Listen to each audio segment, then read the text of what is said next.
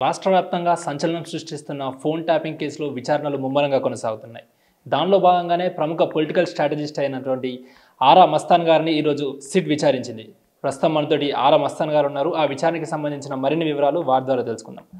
Sir, ప్రధానంగా మీరు ఒక పొలిటికల్ స్ట్రాటజిస్ట్, మిమ్మల్ని సిట్ విచారించడానికి గల ముఖ్య కారణాలు ఏంటి సార్? అంటే సెఫాలజిస్టా కాదా అనే దానికంటే కూడా సిట్ గుర్తించినటువంటి నంబర్లు సుమారుగా 2 తెలుగు రాష్ట్రాలకు సంబంధించి సుమారుగా 260 నంబర్ల వరకు సిట్ గుర్తించింది. ఇది ట్యాప్ అయినట్టుగా, గత ప్రభుత్వ హయాంలో ట్యాప్ అయినట్టుగా గుర్తించింది.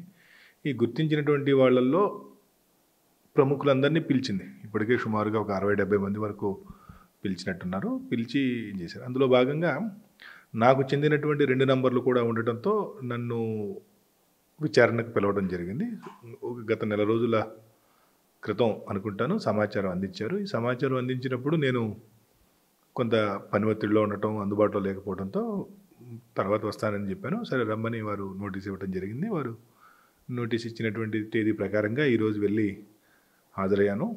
ఉదయం ఒక 2 గంటల సేపు, సాయంత్రం 1 గంట సేపు సిట్ అధికారులు వాస్తవంగా మనల్ని విచారించడం అనే దానికంటే కూడా వారి దగ్గర ఉన్నటువంటి ఆధారాలను వారు మనకు చూపించారు. సరే, మన ఫోన్లు ఎప్పటి నుండి ట్యాప్ అయినవి, మనం ఎవరెవరితో మాట్లాడినటువంటి వాయిస్ రికార్డ్స్, అంటే గతంలో ఉన్నటువంటి అధికారులు సేవ్ చేసి పెట్టారు. ఈ విషయాలన్నీ కూడా మనతో షేర్ చేసుకోవడం జరిగింది.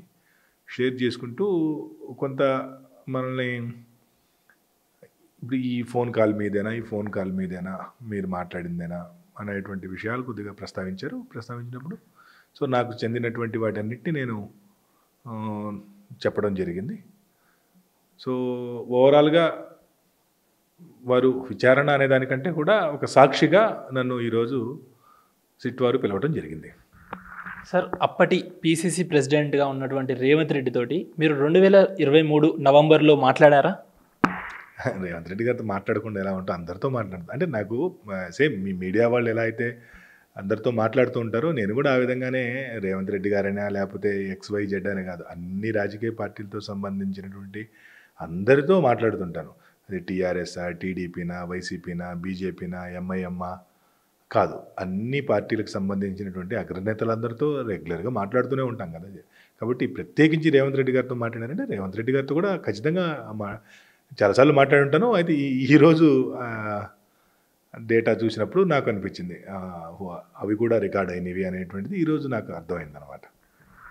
సార్, మీరు ఒక ప్రముఖ పొలిటికల్ స్ట్రాటజిస్ట్, మీకు ఏపీలో ఉన్నటువంటి లీడర్లతోటి కూడా కనీస సంబంధాలు ఉంటాయి. ఆ కోణం పైన ఏమైనా సిట్ విచారించిందా? ఏపీకి సంబంధించినటువంటి నేను చూసినటువంటి ఈరోజు డేటాలో ఏపీకి సంబంధించినటువంటి నాయకుల పేర్లు అయితే పెద్దగా లేవు. చిన్న చిన్న వాళ్ళు ఫ్రెండ్ సర్కిల్లో ఉన్నటువంటి వాళ్ళ పేర్లు అవి ఇవి ఏదో కొన్ని ఉన్నాయి తప్పితే అగ్రనాయకులకు సంబంధించినటువంటివి అయితే అసలు నేనేమి ఎక్కడ నాకు ఈరోజు ఏమి వాళ్ళు చూపించిన దాంట్లో లేవు. బట్ వాళ్ళు కంప్లీట్గా, అంటే గతంలో అధికారులు ట్యాప్ చేసినా లేదు, ఇప్పుడు సిట్టు విచారణ చేస్తున్నా, ఓవరాల్గా తెలంగాణనే దృష్టి. తెలంగాణలో ఈ ఫోన్ ట్యాపింగ్ ఎవరెవరిది జరిగింది, దానివల్ల ఎవరెవరికి నష్టం వచ్చింది ఏంటి అనేటువంటిది, ముఖ్యంగా ఇండియన్ టెలిగ్రాఫ్ యాక్ట్ 1885ని వైలేట్ చేస్తూ గత ప్రభుత్వం చేసింది అనే దాని మీదనే ఎక్కువ దృష్టి ఉన్నట్టు నాకు అనిపించింది. మొత్తం విచారణ ఎంతసేపు కొనసాగింది సార్? అది ఉదయం ఒక 2 గంటల సేపు కొనసాగింది. మధ్యలో నాకు వేరే పని ఉండటంతో కొంత విరామం తీసుకోవడం జరిగింది. తర్వాత ఒక గంటన్నర సేపు విచారించడం జరిగింది. అంటే విచారణలో భాగంగా సిట్ అధికారులు మీకు ఆడియోలు, వీడియోలు వంటివి ఏమైనా చూపించారా? అంటే వారి దగ్గర ఉన్నటువంటి కొన్ని ఆధారాలు చూపించారు. వారి దగ్గర వారు ఏదైతే గతంలో అరెస్ట్ అయినటువంటి పోలీస్ అధికారుల నుండి సేకరించినటువంటి కొంత సమాచారాన్ని నా ముందరుంచారు. అవన్నీ చూశాను. అవన్నీ నాకు సంబంధించినటువంటి సమాచారాలే. దాంట్లో నేను మరి ముఖ్యంగా తెలంగాణ రాష్ట్రంలో కొద్దిమంది ప్రముఖులతో మాట్లాడినటువంటి డేటా కూడా నేను చూడటం జరిగింది. సార్, ఇప్పుడు విచారణలు మిమ్మల్ని ప్రధానంగా అడిగిన ప్రశ్నలు ఏంటి సార్ సిట్ అధికారులు? అంటే ప్రశ్నలు అడిగేదానికి ఇదేమీ నేను ముద్దాయిగా వెళ్ళలేదు కదా, నేను సాక్షిగానే వెళ్ళాను, లేదంటే బాధితుడు అనుకోవచ్చు. ఎందుకంటే నా ఫోను ట్యాప్ చేయబడింది కాబట్టి నేను బాధితుడిని అనుకోవచ్చు. అయితే వాళ్ళు ఏంటంటే ఈ ముఖ్యంగా ఇందాక నేను చెప్పినటువంటి ఈ టెలిగ్రాఫ్ యాక్ట్ని వయలేట్ చేస్తూ చేశారు. ఎలా వయలేట్ చేశారు అనే దానికి జనరల్గా ఇండియన్ టెలిగ్రాఫ్ యాక్ట్ 1885 ప్రకారము ఒక ఐజీ అండ్ అబోవ్ ర్యాంక్ ఉన్నటువంటి అధికారికి ఈ ఫోను ట్యాప్ చేసి వినే అధికారం ఉంటుంది. అయితే ఫోన్ ట్యాప్ చేయడం అంటే ఎవరైతే మన సర్వీస్ ప్రొవైడర్స్ ఉంటారో BSNL, Airtel, Vodafone, idea, Jio లాంటి వాళ్ళు ఉంటారో వాళ్ళు లేఖ రాస్తారు. లేఖ రాసి ఫలానా వ్యక్తికి సంబంధించిన సమాచారం కావాలని.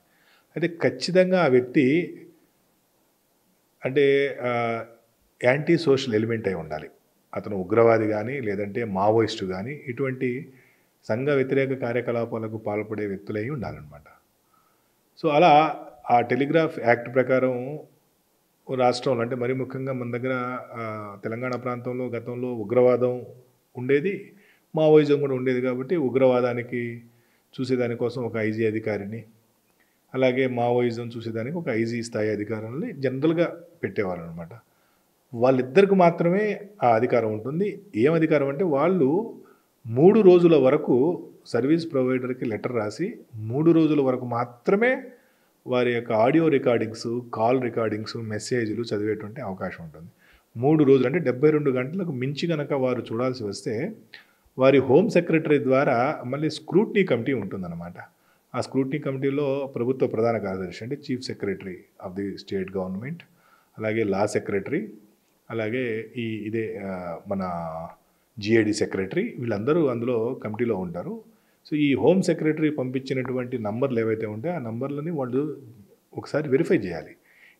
ఈ నంబర్లు నిజంగా యాంటీ సోషల్ ఎలిమెంట్స్వా, మావోయిస్టులవా, లేదా టెర్రరిస్టులవా అనేది వెరిఫై చేసి వాళ్ళు ఓకే అన్న తర్వాతనే తిరిగి మళ్ళీ హోమ్ సెక్రటరీ గారు ఈ సర్వీస్ ప్రొవైడర్స్కి లెటర్ రాయడం జరుగుతుంది. లెటర్ రాసి మళ్ళీ 6 నెలల పాటు వాళ్ళ వాయిస్ కాల్స్ రికార్డ్స్ వినేదానికి, మెసేజ్లు చూసేదానికి అవకాశం ఉంటుంది ఒక 6 నెలల పాటు. సో 6 నెలల తర్వాత కావాలంటే మళ్ళీ ప్రొసీజర్ మళ్ళీ స్క్రూటినీ కమిటీకి వెళ్ళాల్సిందే. సో ఈ యాక్ట్ ఇచ్చినటువంటి ఈ వెసులుబాటు కారణంగా వీళ్ళు ఏం చేస్తున్నారు, ఈ యాంటీ సోషల్ ఎలిమెంట్స్ ఎవరైతే ఉన్నారో ఆ నంబర్లతో పాటు ఈ రాష్ట్రంలో ఇప్పుడు మీరు రోజు టీవీలో మీరు కూడా కవర్ చేస్తున్నారు న్యూస్, అనేక మంది ప్రముఖులకు సంబంధించిన నంబర్లు కూడా ఆ యాంటీ సోషల్ ఎలిమెంట్స్ ఖాతాలో పడేశారనమాట. సో అలా నా నంబర్లు కూడా ఆ విధంగా ఆ ఖాతాలో ఆ లిస్ట్లో పెట్టేసి దాన్ని రికార్డింగ్ పంపించినట్టున్నారు. సో అలా ఈ యాక్ట్ ఇచ్చినటువంటి చిన్నపాటి వెసులుబాటుని వాళ్ళు ఉగ్రవాదులకో మావోయిస్టుల కోసం వాడాల్సినటువంటి వెసులుబాటుని అనేక మంది మీద, రాజకీయ నాయకుల మీద మరీ ముఖ్యంగా, సరే మా దగ్గర అంటే రాజకీయ నాయకులందరికీ సంబంధించినటువంటి సమాచారం, కొద్దిమంది పారిశ్రామికవేత్తలు టచ్లో ఉంటారు కాబట్టి వాళ్ళకి సంబంధించిన సమాచారం ఉంటుందని బహుశా మా నంబర్లు కూడా ట్యాప్ చేసి ఉండవచ్చు. సార్ మీరు ప్రధానంగా విచారణలో వెల్లడించిన విషయాలేంటి, అదేవిధంగా సిట్ అధికారులతో మీ సహకారం ఎలా ఉండేది? సిట్ అధికారులు చాలా గౌరవంగా, చాలా ప్రొఫెషనల్గా బిహేవ్ చేశారు. They are highly technical values ఉన్నటువంటి వ్యక్తుల్లాగా నాకు అనిపించారు. వాళ్ళకి నా సహకారం కానీ లేదంటే వాళ్ళు అడిగే విధానంలో వాళ్ళ సహకారం నాకు కానీ అంతా చాలా గౌరవంగా జరిగింది. సరే వాళ్ళు నన్ను ప్రశ్నలు అడిగేదానికంటే కూడా ఫలానా సందర్భాల్లో మీరు ఈ వ్యక్తితో మాట్లాడారా, లేదా ఈ వ్యక్తిని కలిశారా, ఈ వ్యక్తితో మీరు ఇంతకాలం సంభాషించినట్టుగా మా దగ్గర ఉన్నాయి చేశారంటే వాస్తవంగా కూడా రెగ్యులర్గా అంటే పర్టికులర్గా ఏ మనిషితో ఎప్పుడు మాట్లాడడం గుర్తుపెట్టుకోకపోయినా వాళ్ళు మన కళ్ళ ముందు డేటా పెట్టినప్పుడైతే అది మనకు స్పష్టంగా ఈ సమయంలో మనం మాట్లాడాం కదా, ఈ సమయంలో మాట్లాడాం కదా. అలా ప్రముఖులు, తెలంగాణకు సంబంధించిన అనేక మంది ప్రముఖులతో మాట్లాడినటువంటి వివరాలన్నీ కూడా నేను చూడటం జరిగింది. సో అది టెలిగ్రాఫ్ చట్టాన్ని ఉల్లంఘించడం చట్టరీత్యా నేరం కాబట్టి అలా చేయడం తప్పు అంటూ కూడా ఆరా మస్తాన్ గారు చెప్తున్నారు. అదేవిధంగా ఆ విచారణలో భాగంగానే అన్ని విధాలుగా కూడా సిట్ అధికారులకు సహకరించామని ఆరా మస్తాన్ గారు చెప్తున్న పరిస్థితి కనిపిస్తూ ఉంది. వీడియో జర్నలిస్ట్ సురేష్తో అక్రమ్ టీవీ, హైదరాబాద్.